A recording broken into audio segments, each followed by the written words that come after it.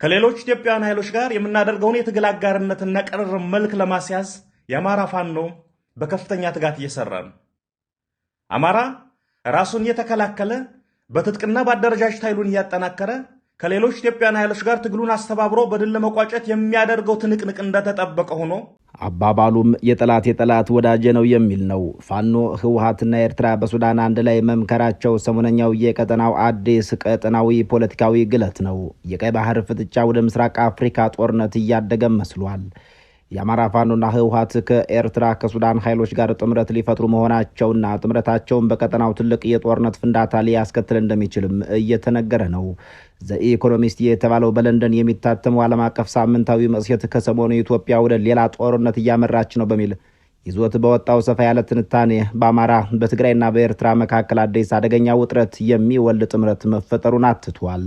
ሰላም ጤና ይስጥልኝ ውድ የበራፍ ቲቪ ተከታታዮች፣ በዛሬው ልዩ መሰናዷችን የዘኢኮኖሚስትን ሰፋ ያለ ዘገባ መነሻ አድርገን የፋኖና የህወሓትን አዲስ ጥምረት፣ የኦነግ ሸኔና የሱዳን ጦር እንዲሁም የኤርትራን የፌዴራል መንግስቱ ፍጥጫና የቀጠናውን ውጥረት የምንዳስስ ይሆናል። እስከ ዝግጅቱ ፍጻሜ አብራችሁን ቆዩ። ዘበነ ካሴ ባውቄ እምጥ ይግባ ስምጥ ጠፍቶ ከርሞ ሲመጣ ከተናገራቸው ቀጠናዊ ጉዳዮች መካከል አንዱና ዋነኛው የፋኖ ኃይሎች ስለፈጠሯቸው አጋርነት የሚያመላክተው ይገኝበታል። የፋኖ ኃይሎች የፈጠሯቸው አጋርነቶች በጥሩ ሁኔታ ላይ ይገኛሉ ብሏል። ከዚህ ቀደም በጠላትነት ተፋጠው የቆዩ ኃይሎች እንዴት በድንገት ወደ አንድ ግንባር እየተሰባሰቡ ነው? ይህ አዲስ ጥምረት በኢትዮጵያና በቀጠናው ላይ ምን ተጽዕኖ ይኖረዋል? በዝርዝር የምንመለከተው አብይ ትንታኔያችን ነው። የጠላት ወዳጅ ነው የሚለው የቆየ አባባል የአማራ ፋኖና የህወሓት እንዲሁም ለሞት ይፈላልጉ ለነበሩ የኤርትራና የትግራይ መንግስት ወቅታዊ ሁኔታን ቁልጭ አድርጎ የሚያመላክት ነው። እርስ በርሳቸው የማይተማመኑ ባላንጣዎች፣ ለመገዳደል የሚፈላለጉ ቡድኖች የጋራ ጠላታቸው ነው ያሉትን የፌዴራሉን መንግስት ለመዋጋት ፋኖ የማይደራደርበትን የወልቃይትና የራያን ጉዳይ ለጊዜው ገታ አድርገው ህወሓትም የትግራይን ህዝብ ማስያዣ አድርገው እሞትለታለሁ የሚለውን የወልቃይት ጠገዴ ጉዳይ በሂደር ትቶ የጋራ ጠላታችን ነው ያሉትን የፌዴራሉን መንግስት ሊታገሉ እየመከሩ ስለመሆናቸው ዘገባዎች እየወጡ ነው። ዘገባዎች የኢትዮጵያና የትግራይ የሁለት ዓመቱ ጦርነት በ2022 በሰላም ስምምነቱ ቢቋጭም 3 ዓመታት ባልሞላ ጊዜ ውስጥ ስምምነቱ ሊፈርስ በሚችልበት አሳሳቢ ደረጃ ላይ ይገኛል ሲሉ ያትታሉ። እንደዛ ኢኮኖሚስት ዘገባ በቀጣይ ጥምረቱ ተጠናክሮ ወደ ጦርነት ከገቡ ግጭቱ ከቀድሞ የበለጠ አውዳሚና ቀጠናዊ ሊሆን ይችላል። የጦርነት ቅስቀሳ በህዳር ወር መጀመሪያ የትግራይ ህዝቦች ነጻ አውጪ ግንባር ወይም ህወሓት የኢትዮጵያ መንግስት በትግራይ ላይ የድሮን ጥቃቶችን በመፈጸም የፕሪቶሪያውን ስምምነት በይፋ ጥሷል በሚል ሲከስ ጠቅላይ ሚኒስትር አብይ አህመድ ጦርነት ባንፈልግም ቢከሰት ግን ማንም ሊያስቆመን አይችልም ሲሉ ማስጠንቀቂያቸውን መስጠታቸው ይታወሳል። ኤታማዦር ሹሙ ብርሃኑ ጁላ ህወሓት ካልተወገደ ኢትዮጵያ ሰላም አታገኝም ማለታቸው የፌዴራል መንግስቱ ቁርጠኝነት ምን ያህል እየጨመረ እንደመጣም የሚያመላክት ነው። ከሰሞኑ የሚታዩ የጦርነት ድባቦች አሉ። በትግራይ ዋና ከተማ መቀለ ነዋሪዎች ገንዘብ ለማውጣትና ምግብ ለማከማቸት በባንኮችና ሱቆች ፊት ለፊት ወረፋ መያዝ መጀመራቸው በእርግጥ ጦርነቱ እየባተ መምጣቱን የሚያመላክት ነው። እንደ ዘገባው ከ2020 ጦርነት በኋላ 3 አደገኛ አዳዲስ ምክንያቶች የአፍሪካን ቀንድ የጥምረት መስመሮች ቀይረውታል። የኢትዮጵያ ኤርትራ ቅራኔና የወደብ ፍለጋ፣ የግንኙነት መሻከር፣ በ2022 አጋር የነበሩት የኢትዮጵያና ኤርትራ ጠቅላይ ሚኒስትር አብይ አህመድ ከህወሓት ጋር ለመታረቅ ጥረት ካደረጉበት ከ2022 ወዲህ እርስ በርስ እንደ ዋና ጠላትነት መተያየት ጀምረዋል። አብይ አህመድ ለኢትዮጵያ 130 ሚሊዮን ህዝብ ያላት ሀገር ወደብ ማግኘት አለባት ህልውናዋን የሚመለከት ጉዳይ መሆኑን በግልጽ ይናገራሉ። የጦርነት ዝግጅቱ የሚጠቁም ድርጊቶችም ተስተውለዋል። ለምሳሌም በኤርትራ ድንበር አቅራቢያ የሚገኙ የቡሬ ወታደራዊ ጣቢያና የድሮን ማዕከል ማስፋፋት የሚጠቀስ ነው።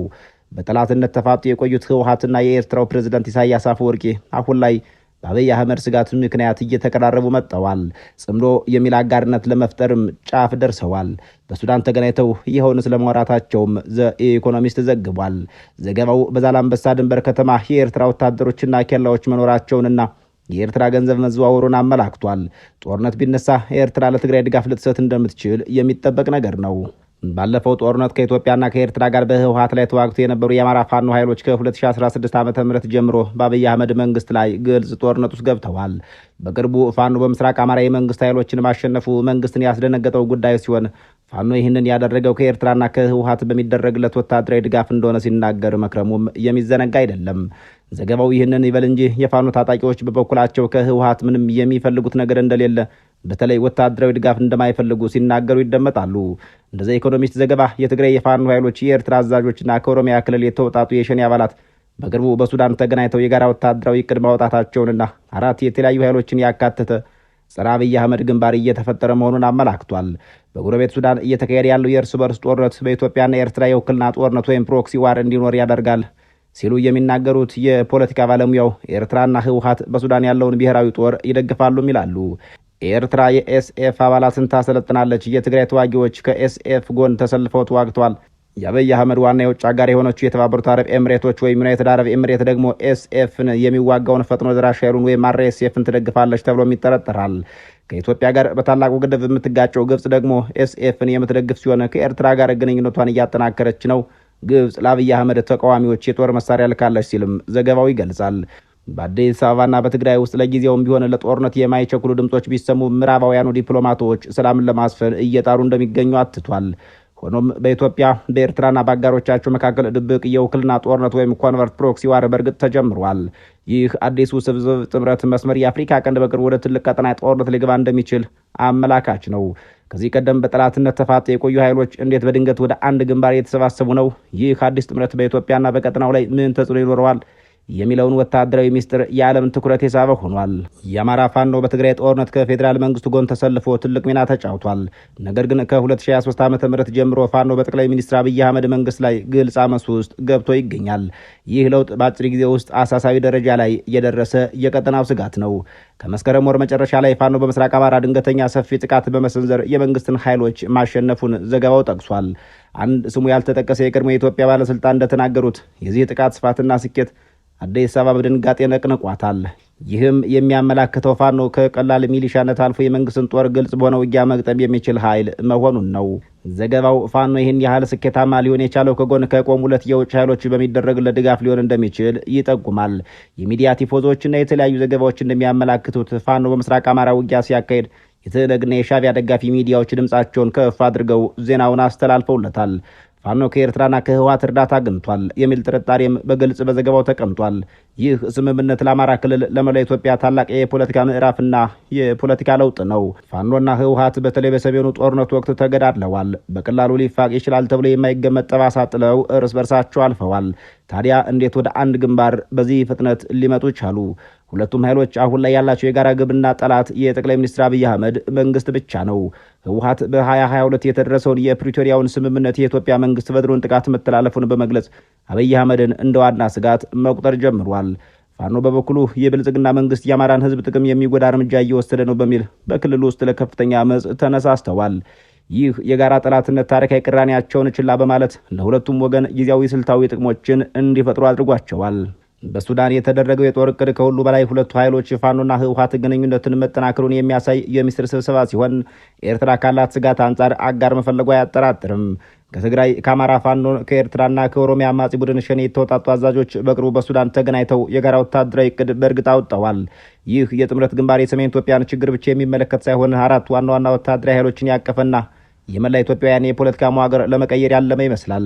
እዚህ ቀደም የፋኖና የኢትዮጵያ መንግስት የጋራ አጋር የነበረችው ኤርትራ አሁን የአብይ አህመድ መንግስት ዋና ተቃዋሚ ሆና ተከስታለች። በ2022 አብይ አህመድ ከህወሓት ጋር ሊታረቁ መሞከራቸው የፕሬዝደንት ኢሳያስን መንግስት ቅር ያሰኘ ሲሆን አሁን ሁለቱ መሪዎች እርስ በርስ እንደ ዋና ጠላት መተያየት ጀምረዋል። ይህ ደግሞ ህወሓትና ኤርትራ እንዲቀራረቡ ያደርጋቸዋል። ጠቅላይ ሚኒስትሩ የኤርትራን ወደቦች ግልጽ ህልውናን የሚመለከት ጉዳይ መሆኑን መግለጻቸው ኤርትራውያኑ ይበልጥ እንዲጠነቀቁና የጥምረቱን ግንባር እንዲደግፉ ያደርጋቸዋል። ኤርትራን በድብቅ ፋኖንና ህወሓትን መደገፏ የኢትዮጵያ ፌዴራላዊ መንግስት ላይ የጋራ ወታደራዊ ጫና ለመፍጠር ያሰበች መሆኑን የሚያመላክት ነው። ጉዳዩን የፌዴራል መንግስቱ ሳይደርስበት አልቀረም። ምክንያቱም የፋኖ ታጣቂዎች በምስራቅ አማራ በኩል ታላቅና መብረቃዊ ድል ሲያስመዘግቡ መንግስት ፋኖ ብቻውን እንደዚህ አይነት ድል አያስመዘግብም፣ የውስጥና የውጭ አጋዦች አሉት ሲል መወንጀሉ የሚታወስ ነው። በሌላ በኩል በዛላምበሳ ድንበር ከተማ አካባቢ የኤርትራ ወታደሮች መታየታቸውና የገንዘብ ዝውውር መበራከቱ የኤርትራና የህወሓት መቀራረብ ድብቅ አለመሆኑን የሚያመላክት ነው። በሱዳን የተካሄደው የኢትዮጵያ አማጺዎች የጋራ ግንባር ፈጥረው ለቀጠናው አዲስ ጦርነት፣ ለኢትዮጵያ ደግሞ አዲስ ተስፋ የፈጠረ እንደሆነም እየተነገረ ይገኛል። ለአሁኑ በዚህ እናበቃለን። ቸር ያገናኘን።